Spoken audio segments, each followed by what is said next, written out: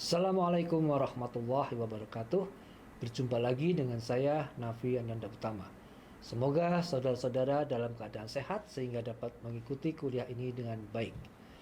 Dalam video learning mata kuliah pasca panen kali ini, kita akan membahas tentang isu pasca panen, mengapa diperlukan pasca panen, dan pengertian fisiologi pasca panen, terutama buah dan sayuran. Saudara-saudara, pasca panen sebenarnya merupakan ilmu yang relatif baru. Isu tentang pasca panen menjadi penting ketika kota berkembang saat revolusi industri, yang dalam masa ini terjadi urbanisasi yang cukup besar. Sebagian besar penduduk berpindah dari desa ke kota untuk bekerja. Nah, masalah yang timbul adalah bagaimana menghantarkan buah dan sayuran segar dari tempat diproduksi ke konsumen di kota dengan tetap mempertahankan kualitasnya. Seluruh produk segar hidup. Sebuah tantangan untuk tetap menjadi segar sampai produk tersebut dikonsumsi. Negara-negara yang tidak memiliki infrastruktur atau sarana prasarana pendinginan yang cukup akan mengalami kehilangan sebesar 30-60% karena rusaknya produk segar setelah sampai di tangan konsumen. Dalam slide ini dapat kita lihat bahwa pertumbuhan penduduk dunia mengikuti kurva logaritmik dan sampai tahun 2000-an mencapai 7 miliar orang yang tentunya semua membutuhkan makanan. Negara-negara yang sedang berkembang seperti Cina, India, dan Brazil dengan teknologinya sebenarnya sudah mampu untuk mencukupi kebutuhan pangan sebagian besar penduduk dunia. Meskipun demikian, distribusi bahan pangan tersebut masih merupakan masalah yang besar. Sehingga meskipun produksi makanan sudah tinggi, tetapi tidak dapat terbagi secara merata dan akibatnya sebagian penduduk di dunia masih kekurangan bahan makanan. Slide ini menunjukkan peta hubungan antara kekurangan pangan atau kelaparan dan kemiskinan. Peta yang di atas menunjukkan persentase populasi penduduk yang pendapatannya kurang dari 1,25 US dollar per hari atau sekitar 487.500 per bulan. Sedangkan peta di bagian bawah menunjukkan persentase penduduk yang kekurangan gizi. Dari 252 juta penduduk Indonesia, saat ini 28,6 juta hidup di bawah garis kemiskinan nasional yang ditetapkan pada pendapatan 330.776 rupiah per bulan atau sekitar 22,6 US dollar. Dari peta tersebut dapat kita lihat bahwa ada hubungan yang positif antara kemiskinan dan kekurangan gizi. Semakin besar kemiskinan penduduk atau semakin kecil pendapatan masyarakat, maka kemungkinan kekurangan gizi akan semakin besar pula. Dalam slide ini dapat kita lihat bahwa negara produsen buah terbesar di dunia adalah Cina dengan produksi mencapai 19% pada tahun 2013. Disusul India 11%, Brazil, Amerika Serikat, dan Meksiko. Sementara Indonesia menduduki posisi ke-7. Demikian pula negara produsen sayuran terbesar di dunia ditempati oleh Cina, disusul India, Amerika Serikat, dan Turki. Cina dan India merupakan dua negara produsen buah dan sayur terbesar yang menghasilkan 30% dari produksi buah dan sayur dunia.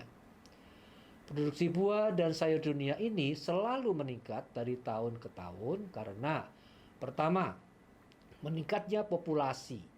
Yang kedua, meningkatnya standar hidup dan meningkatnya perhatian akan perlunya nilai gizi makanan. Nah, saudara-saudara, gambar yang saudara lihat di sini menunjukkan bahwa negara-negara di Asia yang penduduknya mengalami kekurangan gizi pada tahun 1990 sampai 1992 yang ditunjukkan dengan titik berwarna merah.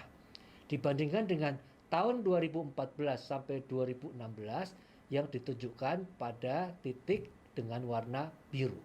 Kita perhatikan India dan Cina.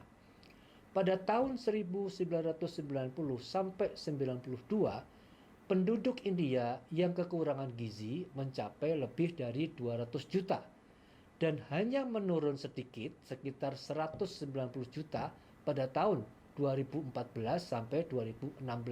Itu selama 24 tahun. Sedangkan Cina pada tahun 1992 penduduk yang kekurangan gizi hampir mencapai 300 juta. Tetapi pada tahun 2014 sampai 2016 hanya di bawah 150 juta atau turun sebesar 150 juta selama 24 tahun. Mengapa bisa seperti ini?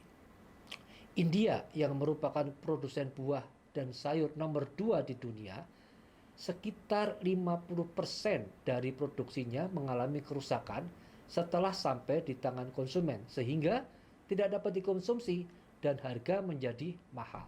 Sedangkan Cina, produksi yang memiliki teknologi pasca panen yang baik, produksi buah dan sayurannya masih tetap memiliki kualitas yang bagus ya, setelah sampai di tangan konsumen, sehingga dapat dikonsumsi dengan layak. Nah, saudara, dalam slide ini kita dapat melihat jalur makanan sejak dari panen sampai tiba di tangan konsumen untuk dikonsumsi. Proses pasca panen dimulai sejak panen.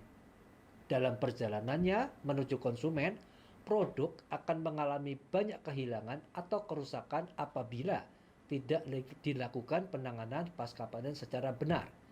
Sehingga diperlukan usaha untuk mengintegrasikan produksi dan manajemen pasca panen.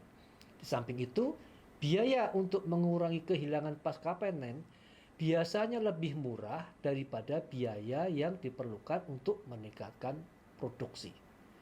Sehingga arti penting pasca panen adalah mengurangi kehilangan hasil atau food losses sejak dari panen sampai tiba di tangan konsumen. Saudara-saudara, saat ini buah-buahan dan sayuran segar telah menjadi bagian penting makanan manusia, terutama sebagai penyedia nutrisi dan mineral serta berbagai senyawa yang terkait dengan kesehatan. Dan di saat inilah ilmu pasca panen memiliki sebuah makna baru. Seperti yang telah saya jelaskan, sekitar 20% sampai 50% dari total produksi buah dan sayuran hilang dan terbuang.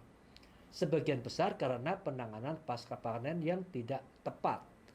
Hal ini akan berpengaruh terhadap ketersediaan nutrisi di dunia dan akhirnya akan menimbulkan kerugian ekonomi yang sangat besar. Nah, untuk memperkecil kehilangan ini diperlukan pemahaman fisiologi pasca panen untuk mengetahui penyebab kerusakan produk.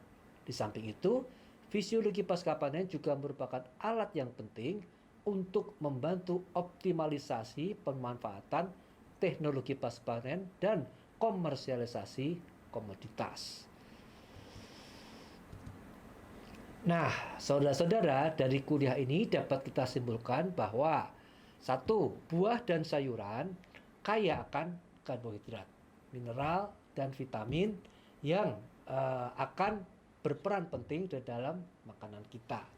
Kemudian sejumlah besar buah dan sayur itu telah ditetapkan untuk jangan sampai mengalami kerusakan, gitu ya.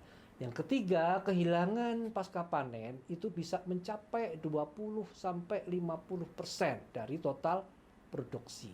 Nah, disinilah pentingnya fisiologi pasca panen dan teknologi pasca panen untuk mengurangi kehilangan ini sejak mulai dipanen sampai tiba di tangan konsumen. Demikian saudara-saudara penjelasan saya tentang isu pasca panen dan mengapa diperlukan fisiologi pasca panen dan teknologi pasca panen saat ini.